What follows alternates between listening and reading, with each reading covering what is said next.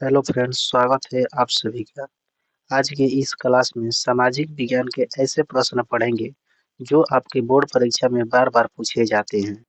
आपके पास 4 ऑप्शन है। इन सभी ऑप्शन में से सही ऑप्शन कमेंट में बताना है। इटली एवं जर्मनी के एकीकरण के विरुद्ध निम्न में कौन था? तो आपका इस क्वेश्चन का आंसर दोस्तों सी ऑस्ट्रिया बिल्कुल राइट हो जाएगा। अगला क्वेश्चन आपके सामने है। यंग यूरोप का संस्थापक कौन था? तो आपके पास 4 ऑप्शन है। बिस्मार्क, मेजनी, मुसोलिनी या इनमें से कोई नहीं। तो आपका इस क्वेश्चन का राइट आंसर मेजनी होगा। तो अब आपके सामने अगला प्रश्न। रक्त एवं लौह की नीति का अवलंबन किसने किया था? तो आपके पास 4 ऑप्शन है, जिसमें से पहला ऑप्शन है बिस्मार्क, दूसरा है मेजनी, तीसरा है मुसोलिनी और चौथा ऑप्शन है हिटलर। तो आपकी इस क्वेश्चन का आंसर बिस्मार्क यानी कि पहला ऑप्शन बिल्कुल सही है। तो चलिए अब अगला प्रश्न देखते हैं। फ्रैंकफर्ट की संधि कब हुई? 1864 ईस्वी में, 1866 ईस्वी में, 1870 ईस्वी में, 1871 ईस्वी में। तो आपको इन चारों ऑप्शन में से एक ऐसे ऑप्शन बताना है जो इसका सही उत्तर होगा। तो चलिए हम आपको बताते हैं कि इसका सही उत्तर 1871 यानी कि ऑप्शन नंबर डी सही होगा। अगला प्रश्न। गैरीबाल्डी पेशे से क्या था? सिपाही, किसान, जमींदार, नाविक। तो आपका इस क्वेश्चन का सही उत्तर नाविक यानी कि ऑप्शन डी होगा। अगला प्रश्न। भारत में लगभग कितने खनिज पाए जाते हैं? 50, 100, 150, 200। तो आपकी इस क्वेश्चन का सही उत्तर 100 होगा यानी कि ऑप्शन बी। अगला प्रश्न। भारत का सबसे बड़ा लौह अयस्क उत्पादक राज्य कौन सा है? झारखंड, बिहार, कर्नाटक, महाराष्ट्र। तो आप सभी के इस क्वेश्चन का सही उत्तर कर्नाटक यानी कि ऑप्शन सी होगा। तो आपके सामने अगला प्रश्न। बिहार झारखंड में देश का कितना प्रतिशत अभ्रक का उत्पादन किया जाता है? 60%, 70%, 80%, 90%। तो आप सभी इन क्वेश्चन का आंसर कमेंट बॉक्स में ज़रूर लिखें। तो इस क्वेश्चन का राइट आंसर 80% यानी कि ऑप्शन सी होगा। सीमेंट उद्योग का सबसे प्रमुख कच्चा माल क्या है? चूना पत्थर, ग्रेनाइट, सीसा, लोहा।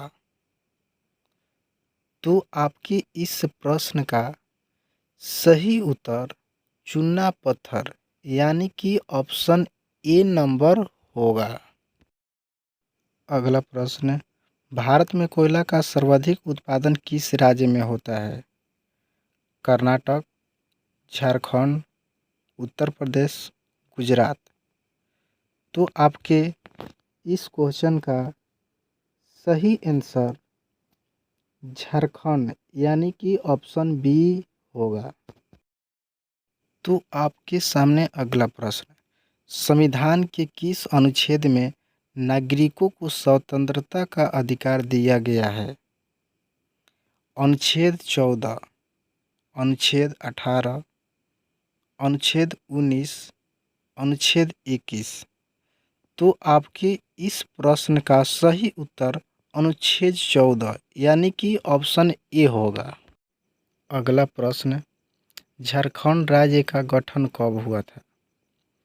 14 नवंबर 2001, 14 नवंबर 2000, 14 दिसंबर 2000, 14 दिसंबर 1999। तो आपके इस प्रश्न का सही उत्तर 14 नवंबर 2000 होगा, यानी कि ऑप्शन बी।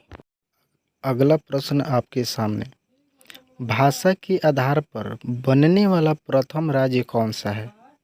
बिहार, झारखंड, उत्तर प्रदेश, आंध्र प्रदेश। तो आपके इस प्रश्न का सही उत्तर आंध्र प्रदेश यानी कि ऑप्शन डी होगा। अगला प्रश्न, अंतर्राष्ट्रीय महिला दिवस कब मनाया जाता है? 9 मार्च, 8 मार्च, 10 मार्च, 11 मार्च। तो आपके इस प्रश्न का सही उत्तर 8 मार्च यानी कि ऑप्शन बी होगा। अगला प्रश्न, इंडिका पुस्तक के लेखक कौन है? मेगास्थनीज, रामधारी सिंह, कपिल, इनमें से कोई नहीं। तो आपके इस प्रश्न के सही उत्तर मेगास्थनीज यानी कि ऑप्शन ए होगा। अगला प्रश्न, जिस देश का राष्ट्रीय आय अधिक होता है वह देश कहलाता है? अविकसित, अर्धविकसित, विकसित, इनमें से कोई नहीं। तो आपका इस प्रश्न का सही उत्तर विकसित यानी कि ऑप्शन सी होगा। अगला प्रश्न, इनमें से किसे पिछड़ा राज्य कहा जाता है? पंजाब, बिहार, उत्तर प्रदेश, गुजरात। तो आपके इस प्रश्न का सही उत्तर बिहार यानी कि ऑप्शन बी होगा। अगला प्रश्न, 11वीं पंचवर्षीय योजना का कार्यकाल कब से कब तक है? 2012 से 2017, 2007 से 2012, 2002 से 2007, इनमें से कोई नहीं। तो आपके इस प्रश्न का सही उत्तर 2007 से 12 यानी कि ऑप्शन बी होगा। तो आपके सामने अगला प्रश्न, भारत में सर्वप्रथम राष्ट्रीय आय का अनुमान कब लगाया गया?